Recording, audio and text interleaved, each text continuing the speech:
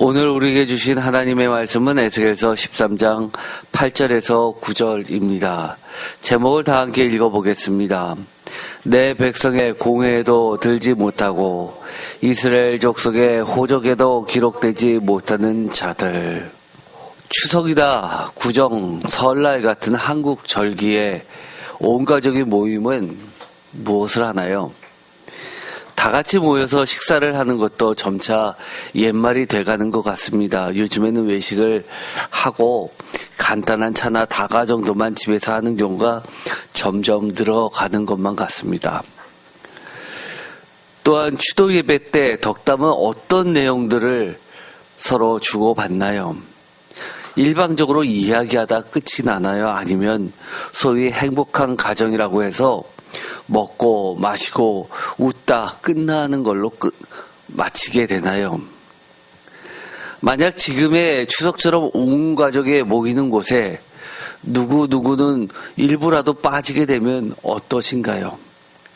불참의 이유가 좋은 이유라도 아쉬울 텐데 가슴 아픈 사연으로 보고 싶고 있어야 할 가족 중 일부가 함께 있어야 할 자리에 없다면 어떻겠습니까? 사실 과거에는 추석 때만 되면 북에 남아있는 실향민들을 꼭 뉴스에서 보여주곤 했습니다. 요즘엔 점점 그런 모습도 사라지는 듯합니다. 그건 겪어본 사람만이 이야기할 수 있는 아픔 중에 아픔이죠. 평생을 자녀를 잃어버리고 찾고 있던 그 부모들이 눈물을 흘리면서 인터뷰하는 뉴스도 이제는 오래된 듯합니다. 만약 이런 추석이 아니라 정말 중요한 하나님의 나라의 천국잔치에 있어야 할 내 사랑하는 사람들이 없다면 그것도 어떻겠습니까? 어쩔 수 없지 그러시고 말 겁니까?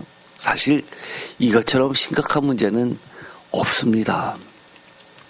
오늘의 말씀엔 하나님의 충격적인 선언이 계십니다. 우리가 반드시 주의 깊게 들어야 할 경고이기도 합니다. 에스겔서 13장 9절에 보면 공회라는 말이 나오게 되죠. 에스겔서 13장 8절 그러므로 주 여호와께서 이같이 말씀하셨느니라 너희가 허탄한 것을 말하며 거짓된 것을 보았은즉 내가 너희를 치리라 주여의 말씀이니라.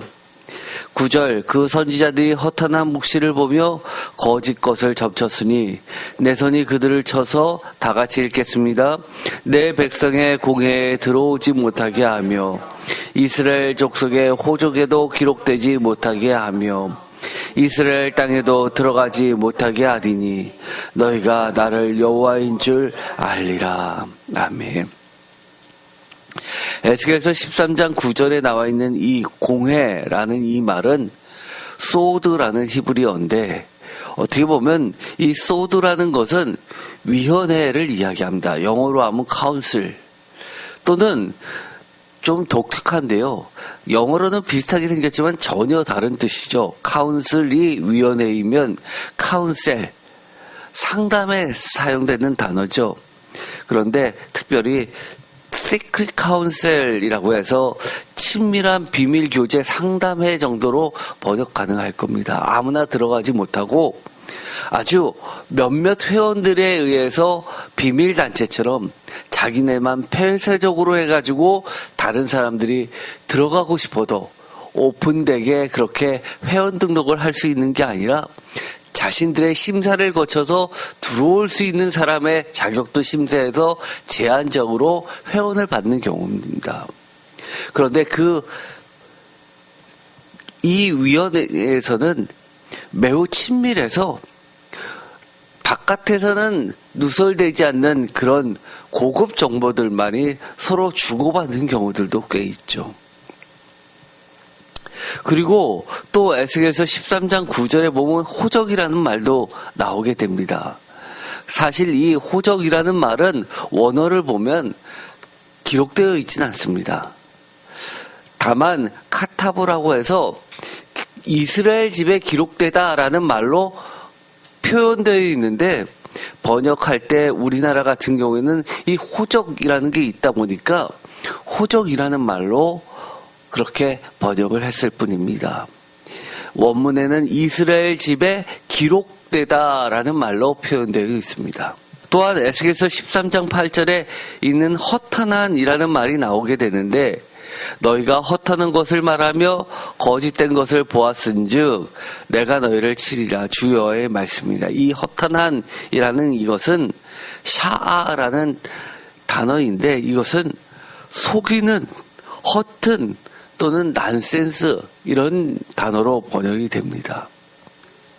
허탄한 게 뭐냐라고 할 때 이 허탄하다는 것은 한마디로 말해서 거짓된 거, 영어로 하면 deceit라고 할 수 있습니다. 속이는 것, 그리고 없는 것, 배인, 이런 허무한 것, 헛된 것을 나타내기도 합니다. 싸라고 했을 때 여기 보면 deceit라고 두 번이나 번역되어 있고 false 또는 배인 이런 뜻으로 심지어 emptiness로도 번역이 되는 단어입니다. 우리가 이미 살펴본 것처럼 sword라는 것은 영어로는 assembly라고 번역을 했습니다. 사실 이 내 백성의 assembly라고 하는 것, 공회라고 하는 것은 매우 고귀한 칭호이기도 합니다.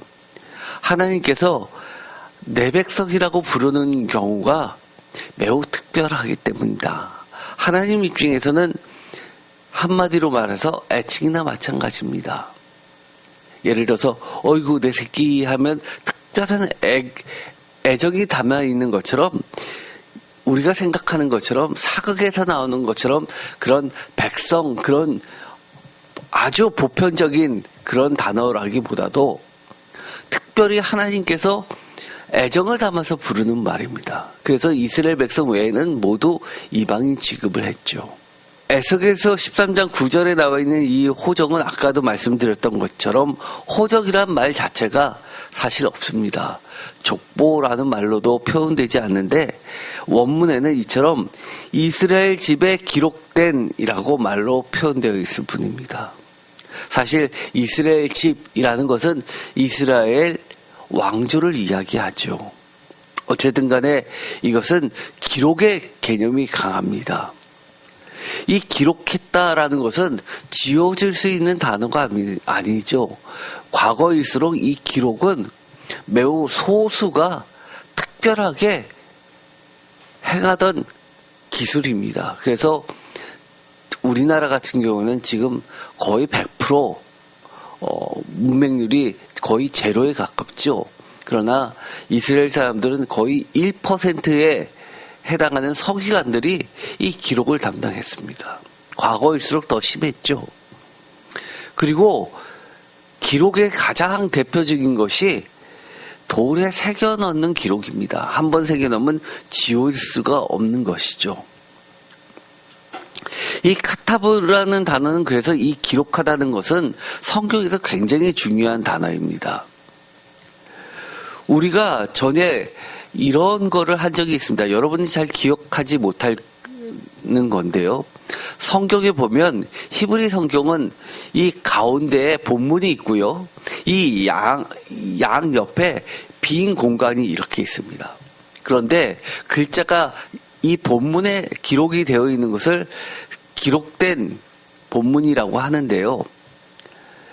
기록이 잘못 기록이 되어 있다 하더라도 그것을 서기관들이 아는데도 불구하고 잘못된 것을 계속 씁니다. 그러면 누군가는 이럴 거 아닙니까? 왜 이렇게 잘못된 건 계속 그렇게 고치지 않고 씁니까? 하나님이 성경책을 쓰셨다고 믿고 있기 때문에 하나님께서 쓰신 그 성경책을 내가 감히 어떻게 고쳐? 두려워서 못 고치는 겁니다. 그러면 어떻게 하냐면 그 옆에 있는 빈 공간에 이 잘못 쓰여져 있는 글자를 이것을 옆에다가 쓰여져 있기는 이렇게 쓰여져 있는데 이렇게 읽으세요라고 읽는 것은 이렇게 읽으세요 쓰는 게 있습니다. 그래서 이쪽을 카타보, 이쪽을 케레라고 그렇게 부릅니다. 그래서 그 카타보 전통과 케레 전통이 있어서 히브리어 같은 경우는 자음만 되어 있기 때문에 모음을 어떻게 붙이냐에 따라서 똑같은 글자인데도 뜻이 완전히 달라지는 것들이 있죠. 그래서 그러다 보니까 이렇게 기록이 굉장히 그들에게는 중요합니다. 마음대로 바꿀 수도 없고 한 번 기록되면 고칠 수도 없지만 뜻이 통하게끔 읽기 전통을 만들어 놓은 겁니다. 그 정도로 이 기록이라는 것은 이스라엘 사람들에게 있어서 우리처럼 썼다가 지웠다 할 수 있는 그런 개념이 사실 아닙니다. 기록되어 있다라고 할 때 이 기록은 요한계시록 17장에도 그 전통이 남아 있는데요. 새 언약 공동체인 하나님의 공회와 새 이스라엘의 호적에 기록되는 자들에 대해서 나와 있는데 그것이 바로 하나님의 생명책에 기록된 자들입니다. 예를 들어서 요한계시록 17장 8절 내가 본 짐승은 전에 있었다가 지금은 없으나 장차 무적행으로부터 올라와 멸망으로 들어갈 자니 땅에 사는 자들로부터 창세 이후로 그 이름이 생명책에 기록되지 못한 자들이 이전에 있었다가 지금은 없으나 장차 나올 짐승을 보고 놀랍게 여기리라. 표준세번역으로도 읽어보면 이렇습니다. 내가 본 그 짐승은 전에는 있었지만 지금은 없었으며 장차 아비소스에서 올라와서 나중에는 멸망하여 버릴 자다. 그리고 땅 위에 사는 사람들 가운데 창세 때부터 생명책에 이름이 적혀 있지 않은 사람들은 그 짐승을 보고 놀랄 것이다. 그것은 그 짐승이 전에는 있다가 지금은 없으나 장차 다시 나타날 것이기 때문이다. 이것은 짐승 666이 다시 부활해서 그리고 마지막 때까지 성도들을 괴롭히는 사탄을 이야기합니다. 그런데 여기 보면 창세 때부터 생명책에 이름이 적혀 있지 않은 사람들은 그 짐승을 보고 놀랄 것이다 라고 되어 있는데 반대로 이야기하면 뭡니까? 창세 때부터 하나님의 그 생명책에 이름이 적혀 있는 하나님의 백성들은 전혀 놀라지 않을 거라고 하던 이야기와 같습니다. 여기 보면 창세 이후로 그 이름이 생명책에 기록되어 있는 자들이 반드시 있다는 겁니다. 그것이 바로 오늘 에스겔서에서도 나와 있는 것처럼 기록된 내 백성으로 기록된 자들입니다. 이런 자들은 하나님의 공회와 이스라엘의 호적, 지금으로 이야기하면 새 언약 공동체, 예수 그리스도에 의해서 예수 그리스도의 피로 사신바된 새로운 성도, 백성들, 그들이 바로 하나님의 비밀 카운슬과 그리고 호적에 기록되는 생명책에 기록되는 자들입니다. 또 이 공회라는 이 단어는 시편 89편에도 사용됩니다. 89편 7절 하나님은 거룩한 자의 모임 가운데 매우 무서워할 이시며 둘러있는 모든 자 위에 더욱 두려워할 이시니이다. 표준세번역은 하나님은 성자들의 모임에서 심히 어미하시며 모시는 자들이 모두 심히 두려워하는 분이십니다. 성자, 세인트, 성도죠. 거룩한 자의 모임. 성도들의 모임 가운데 하나님이 계신다는 겁니다. 거꾸로 이야기해 볼까요? 하나님이 계신 곳에는 누가 있다는 겁니까? 성도들이 있다는 겁니다. 하나님 나라에 들어간다라는 것은 다른 말로 이야기하면 하나님이 계신 그 거룩한 나라에 우리가 그 공회에 참여한다는 겁니다. 그 안에는 아무나 들어갈 수가 없다는 거죠. 왜냐하면 시크릿 카운셀이기 때문에 하나님께서 심사를 해서 그 자격 여부를 따져서 하나님께서 허락한 자들만 들어올 수 있고 그 안에서 하나님과의 비밀스러운 대화가 나누어지게 되는데 하나님의 비밀이 뭡니까? 예수 그리스도의 복음입니다.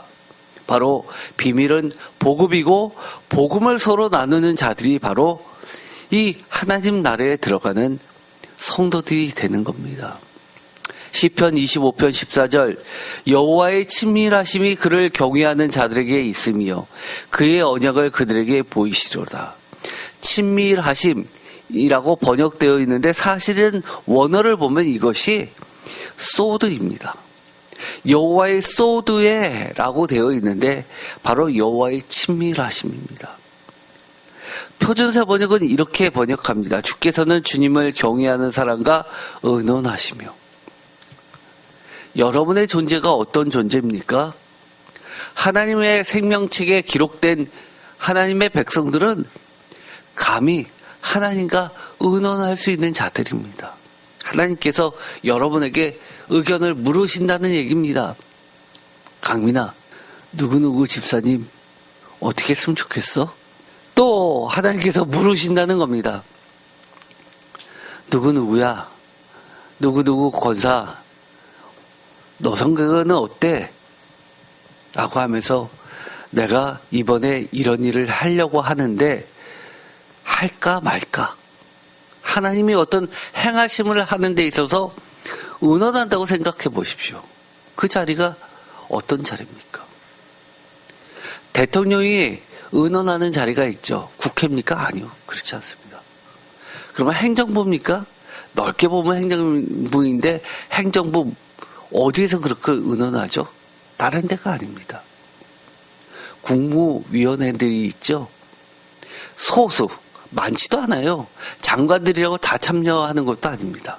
대통령의 비서실장을 비롯해서 몇몇 사람들이 모여서 최종적으로 결정해버립니다. 심지어 국회에서 결의를 했습니다. 그런데 국무위원회에서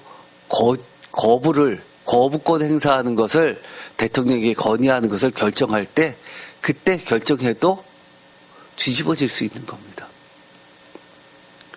여호와의 친밀하심이 있는 하나님께서 의논하시는 그 자리, 그것이 바로 하나님의 공회입니다. 시편 111편 1절 할렐루야 내가 정직한 자들의 모임과 회중 가운데에서 전심으로 여호와께 감사하리로다.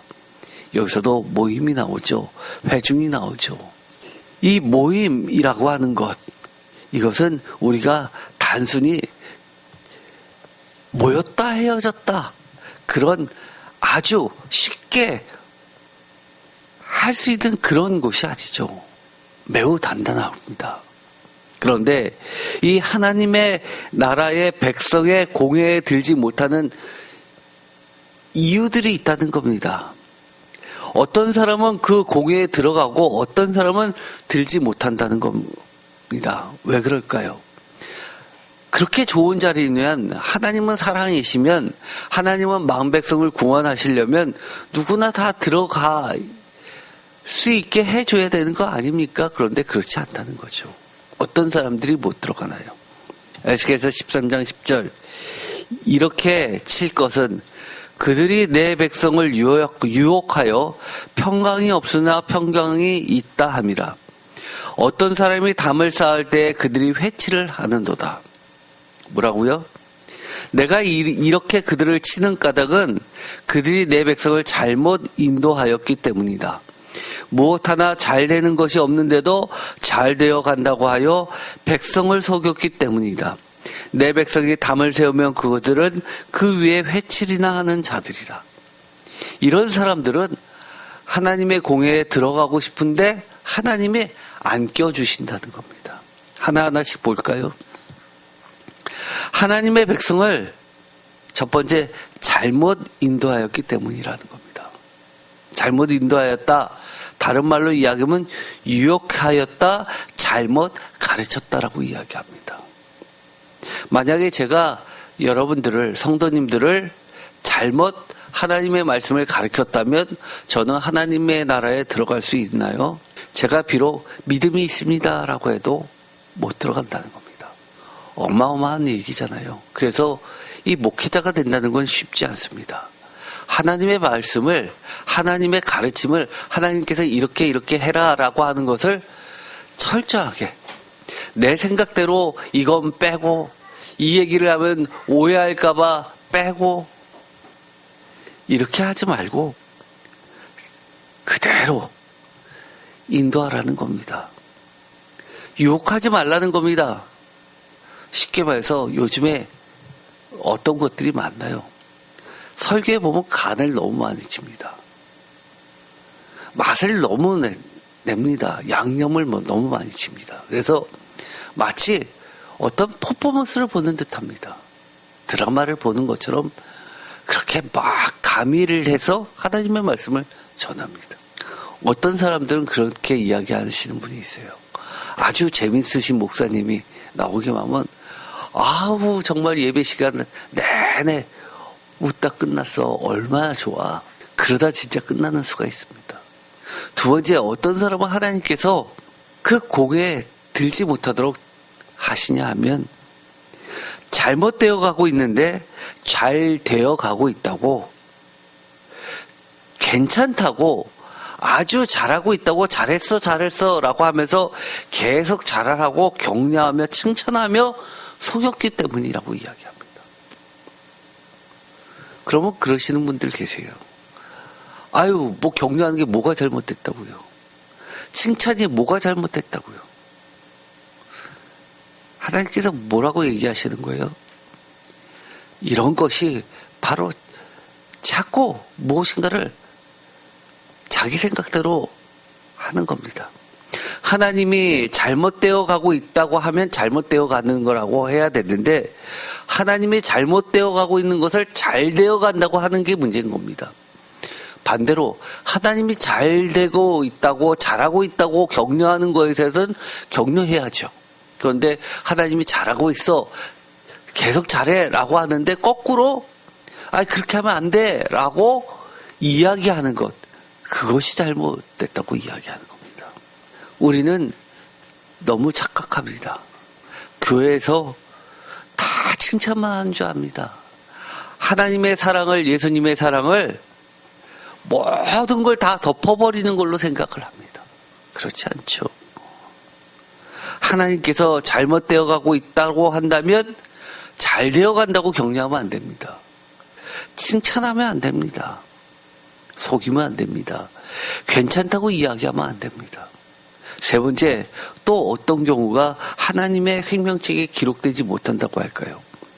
하나님께서 그건 아니다, 잘못했다 라고 하시는 일들에 대해서 잘못 행한 죄들을 회칠하였기 때문이라고 이야기합니다. 회칠하였다라고 하는 게 뭡니까? 그럴싸하게 아름답게 보이도록 그렇게 포장하고 덮기에 급급하고 회개하고 돌이킬 수 있는 기회조차 박탈하고 최종 멸망의 길로 계속 가도록 응원하면서 자랑하면서 자랑스러운 업적처럼 함께 힘을 모았기 때문이라고 이야기합니다. 그런 일이 너무 많죠. 하나님 앞에서 잘못하면 잘못했다고 해야 되는데 변명하기 바쁩니다. 이래서 그렇고 저래서 그렇고 피곤해서 그렇고 시간이 없어서 그렇고 아직 어려서 그렇고 그럴싸하게 아름답게 보이도록 포장하는 게 얼마나 많습니까? 사실 우리가 신앙은요, 딱 까놓고 정말 흑백 논리처럼 이거 아니면 저거 양자 선택해야 됩니다. 성경에 그런 게 많죠. 가장 대표적인 게 뭘까요? 흑백 논리. 세상에 어떻게 흑백으로만 되겠습니까? 회색도 있죠. 성경 가장 흑백 논리에서 대표적인 게 뭡니까? 요한복음입니다. 참과 거짓. 중간이 없습니다. 또 있죠. 신명기. 좌로나 우로나. 대표적입니다. 성경은요, 이처럼 흑백 논리라고 해도 과언이 아닙니다. 유일하게 흑백 논리가 아닌 게 딱 한 군데 있습니다. 욥기입니다. 그래서 욥기가 지혜서에 들어가서 꽃이라고 하는 겁니다. 왜요? 내가 귀로만 듣던 신앙에서 벗어나서 직접 눈으로 보는 신앙으로 하나님을 만나는 경험적 신앙으로 바뀌는 것이 욥기입니다. 그럼에도 불구하고 이 성경 전체는 우리로 하여금 명확하게 하나님의 편에 설 건가 그렇지 않을 것인가를 늘 선택하게 만듭니다. 잘못했으면 잘못했다고 해야 됩니다. 가야 될 길은 힘들어도 계속 가야 됩니다. 그럴싸하게 포장할 필요도 없습니다. 예수님의 길이 아름다운가요? 세상 보기에는 아름답지 않습니다. 너무 힘듭니다. 누구나 별로 달갑지 않은 길입니다. 교회 다니면서 예수님 믿으면서 제대로 믿으면서 손해보는 일이 얼마나 많습니까? 손해보는 일이 엄청 많아요. 회칠하지 마십시오. 쉽지 않습니다. 쉽지 않습니다. 교회 다니는 게 뭐 그렇게 만만한 줄 아십니까? 그런데도 불구하고 그럴싸하게 아름답게 자꾸 포장하려고 하다가는 하나님 나라에 못 들어갑니다. 만약에 우리가 하나님께서 원치 않는데 계속 그렇게 허탄한 것, 실체가 없는데 마치 있는 것처럼 그렇게 허탄한 얘기를 계속해 된다면 어떻게 될까요? 그 결과는 하나님의 제거 작전이 시작됩니다. 거짓 선지자 1당과 그와 동맹을 결성한 모두를 그 허탄한 걸 쫓아가면서 그게 좋은 것처럼 서로 격려하면서 바라봤던 것들을 일시에 사라지게 하십니다. 에스겔서 13장 16절 이들은 예루살렘에 대하여 예언하기를 평강이 없으나 평강의 묵시를 보았다고 하는 이스라엘의 선지자들이니라. 주 여호와의 말씀이니라. 어떻게 하신다고요? 평강이 없으나 평강의 묵시를 보았다고 하는 그런 자들은 하나님께서 다 없애신다고 이야기합니다. 추석이나 가정 경조사에 초대받지 못하는 사람들의 심정은 어떨까요? 반대로 초대받지 않은 것이 아니라 초대받아도 가지 않거나 아니면 갈 수 없는 사람들이 있죠. 초대받아도 함께 참여할 수 없는 사람들의 심정은 어떨까요? 억장이 무너진다고 할 수도 있겠고 억울하다고 할 수도 있겠고 여러 가지가 있을 겁니다. 제가 결론적으로 오늘 예배를 마치면서 가장 근본적인 질문 하나 해보고자 합니다. 성도님들은 하나님의 공에 새 이스라엘의 호적에 정말로 들고 싶으신가요? 가장 기본적인 질문입니다. 그렇다면 오늘의 말씀을 다시 한번 경청하게 되기를 축원드립니다. 어땠습니까? 하나님께서 어떤 자들은 들고 싶어도 안 돼라고 허락 안 해주신다는 겁니다. 하나님의 백성을 잘못 인도하였기 때문에 안 된다고 합니다. 나는 목사님이 아니니까 상관없다고요. 여러분의 자녀는 없습니까? 남편은 없습니까? 부인은 없습니까? 부모님은 없습니까? 친구들은 없습니까? 직장 동료들은 없습니까? 우리 모두는 하나님의 그 길로 가도록 인도하는 자들이 됩니다. 왜요? 먼저 하나님의 은혜를 입었기 때문입니다. 단순히 그겁니다. 하나님의 은혜를 입은 자들만이 하나님의 은혜가 이거야 라고 이야기할 수 있기 때문입니다. 그런데 잘못 인도했다라는 것을 유혹했다라는 말로도 성경은 바꾸어 이야기합니다. 잘못 가르쳤다라고 이야기합니다. 두 번째, 너무 많이 하는 실수죠. 잘못되어 가고 있는데 잘 되어 간다고 괜찮다고 계속 잘하라고 격려하면서 칭찬하는 겁니다. 그래서 제가 그런 얘기를 했죠. 대한민국의 신앙은 뭐 때문에 망가지는 줄 아십니까? 잘못된 칭찬 때문에 신앙 다 망가집니다. 교회에서 칭찬하기 바쁘고요. 격려하기 바쁘고요. 성경에 보면 이사야서에 우리가 이미 봤죠. 칭찬과 심판 중에서 비율이 칭찬 2번 나왔으면 저주가 4번 나옵니다. 성경 전체는 그렇습니다. 하나님이 잘못했다고 야단치는 게 훨씬 많습니다. 그 얘기는 뭐예요? 이거 잘못된 걸 고치면 다 칭찬되는 겁니다. 그런데 잘못되어 가고 있는데 긍정의 힘이 뭐라고? 믿음과 긍정의 힘을 혼동하면서 자꾸 괜찮다고 합니다. 계속 잘하라고 격려하고 있습니다. 세 번째, 하나님께서 이건 아니야. 잘못했어 라고 하시는 일에 대해서 잘못한 죄들을 자꾸 포장합니다. 회칠합니다. 덮기에 급급합니다. 내 자식만큼은 예외입니다. 우리 가족만큼은 예외입니다. 우리 부모님만큼은 예외입니다. 하나님께서는 정말 꼴도 보기 싫어 라고 하는데 우리는 자랑스러운 업적처럼 그것을 붙잡고 삽니다. 그렇기 때문에 하나님은 뭐라고 이야기하시는 거예요? 하나님 나라의 생명책에 기록되지 못한다고 이야기합니다. 다른 말로 이야기하면 하나님의 공회에 들어가지 못한다고 이야기합니다. 하나님의 공회에 들어가면 어떻게 될까요? 아까도 얘기했죠. 하나님이 특권을 주십니다. 어떤 특권이요? 의논하신다고 하잖아요. 하나님이 누구랑 의논하시겠습니까? 우리 세인교회 일을 누구랑 의논하시겠습니까?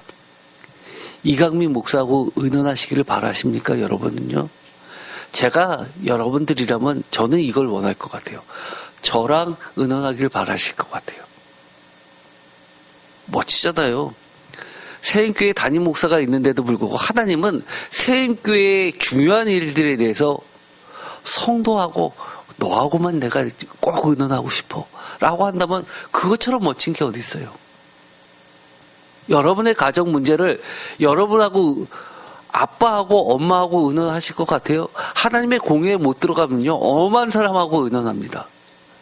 여러분의 가정하고 관계없는 사람, 예를 들어서 제가 하나님의 공회에 들어갔으면 성도님의 가정의 문제를 하나님이 누구랑 의논하세요?